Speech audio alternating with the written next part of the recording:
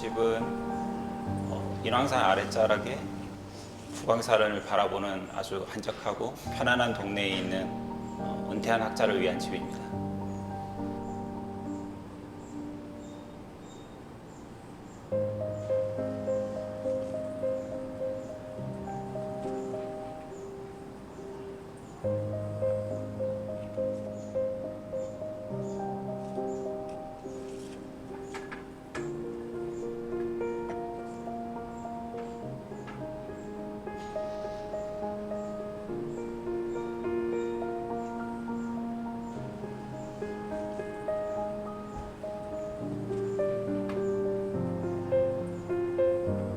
건축주께서는 사실 한평생 한 길을 걸어오신 학자셨고요. 그리고 은퇴를 앞두고 사실 선친께서 50년 전에 지으신 집에서 살고 계셨는데 땅의 기억은 유지하고 이곳에서 새로운 출발을 하고 싶은 그런 마음에 저를 찾아오셨습니다.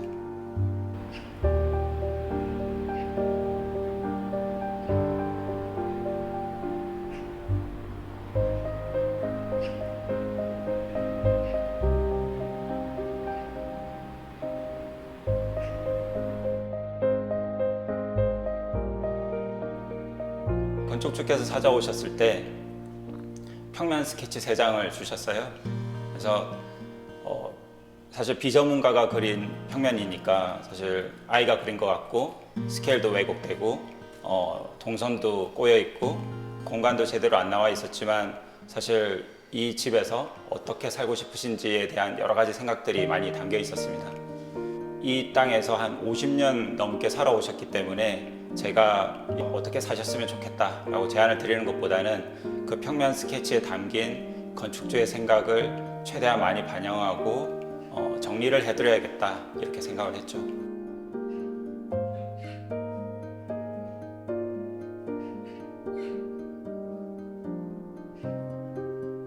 은퇴 이후에 사실 그 연구소를 설립을 하시고 은퇴 이후로도 학자로서 살아오신 그 삶을 그대로 이어서 또 사회에 공헌하고 싶으시다는 말씀을 해주셨어요.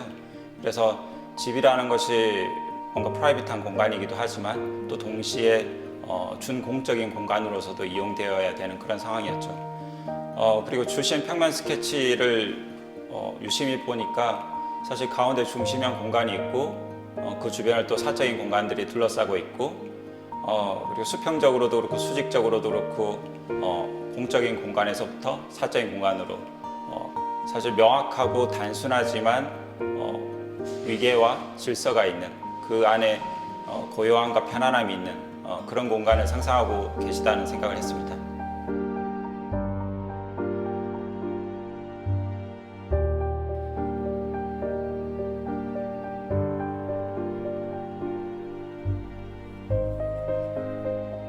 주신 스케치에서의 그런 중심형 공간이라는 게 어떻게 보면 상당히 건축 역사와 함께 해온 거거든요. 유형적으로 보면 르네상스 전후에 형성이 됐었고, 그래서 나인 스퀘어 그리드라고 보통 부르고 동양권에서는 세 칸이라고 보통 불러요. 구정방 그리드라고도 부르고, 그래서 사실은 외부에서 어떤 특정한 공간과 장소에서 자기 자신을 보호받고 싶을 때 가장 중심 공간을 설정하고 그 주변으로 어떤 사적이면서도 외부에서의 어떤 흐름을 막아줄 수 있는 그런 공간들을 배치하는 거죠.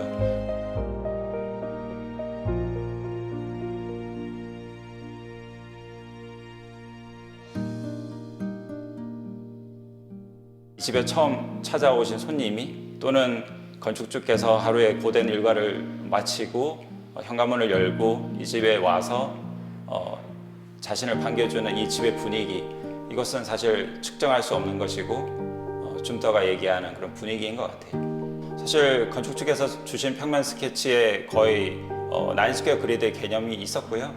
그래서 그걸 제가 뭔가 이렇게 건축가로서 저의 에고를 통해서 뭔가를 구현을 하려고 하기보다는 그냥 거기에다 그냥 질서를 잡아드리는 정도, 그 정도로 설계를 해야겠다 이렇게 생각을 했었습니다. 건축주께서 처음부터 1층은 사적인 거실이지만 연구소 활동을 위한 또 공적인 공간이기도 하고, 그래서 쉽게 공간을 인지할 수 있도록 해달라고 해주셨고요. 그리고 2층으로 올라가면 또 사적인 공간과 또 공적인 또 연구소 사무실이 같이 있지만 또 프라이버시를 또 유지할 수 있도록 해달라고 요구를 하셨어요. 그래서 2층에 있는 침실과 사무실은 어떻게 보면 프라이버시 측면에서 완전히 다른 공간이지만 또 그 메자닌 복도를 통해서 어느 정도는 각각의 공간의 영역성을 지킬 수 있는 그런 방식으로 설계를 했습니다.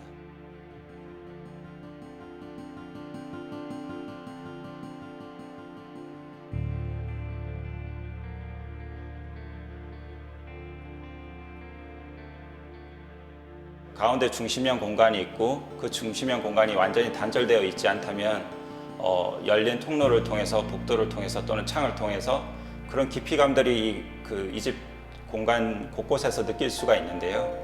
가운데 응접실에 있을 때는 또 앞쪽 거실과 식탁 공간을 넘어서서 또 외부에 있는 정원으로 연결이 된다든지 또 2층에서는 또 바깥쪽 켜라고 할 수 있는 베란다를 통해서 외부와 연결된다든지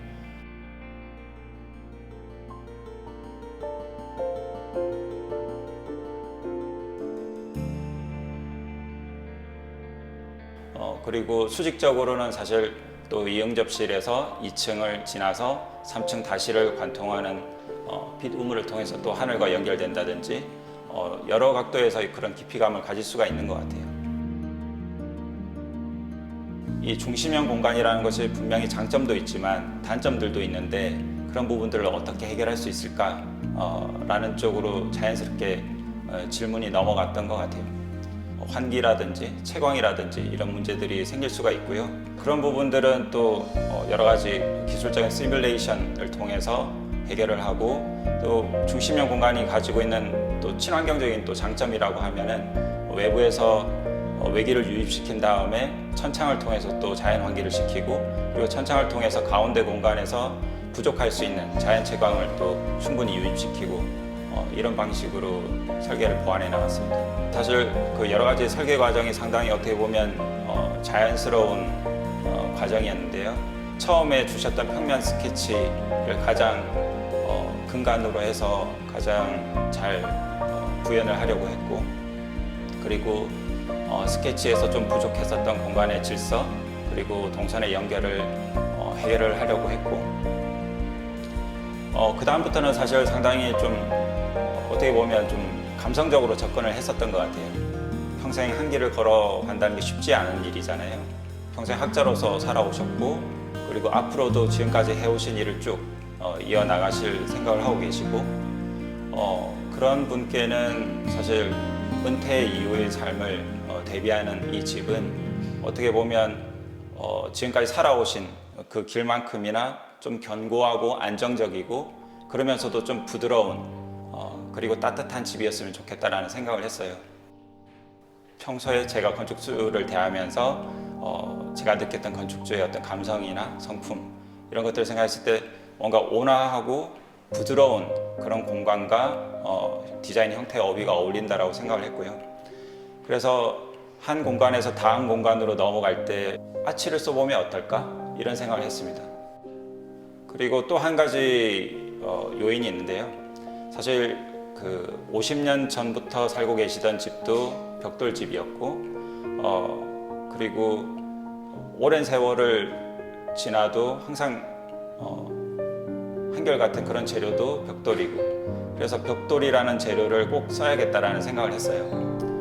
그러다 보니까 아치라는 것이 벽돌을 쓰면서 자연스럽게 나올 수 있는 건축 어휘 중에 하나고 이런 생각이었죠.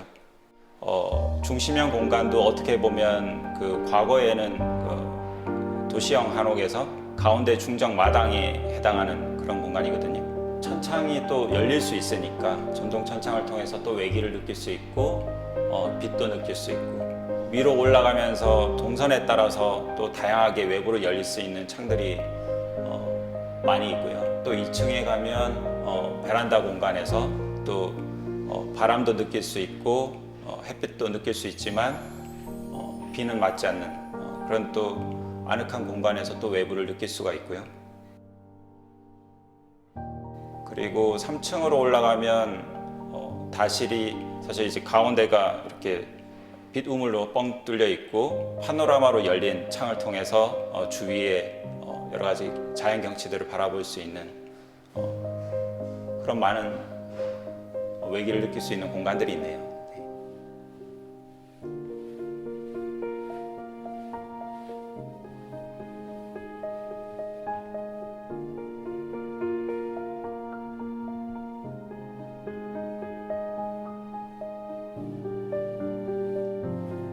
여기에서 빛을 느끼는 그런 체험이 저는 제일 좋은 것 같아요.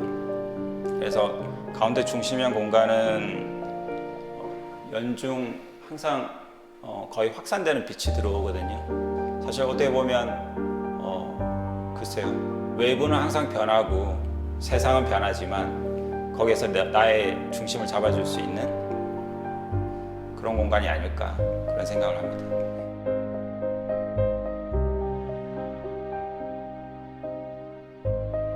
내가 어떤 사람들이랑 어떻게 살고 있고 어떤 생활을 하고 싶고 이런 삶을 담아낼 수도 있어야 되고 또 동시에 또 앞으로의 미래에 대해서 또 계획을 세우고 희망을 가지고 미래를 꿈꾸고 그런 걸 계속 할 수 있는 그런 공간이 되어야 되는 거 아닌가, 그게 집이 아닌가 그런 생각이 드네요.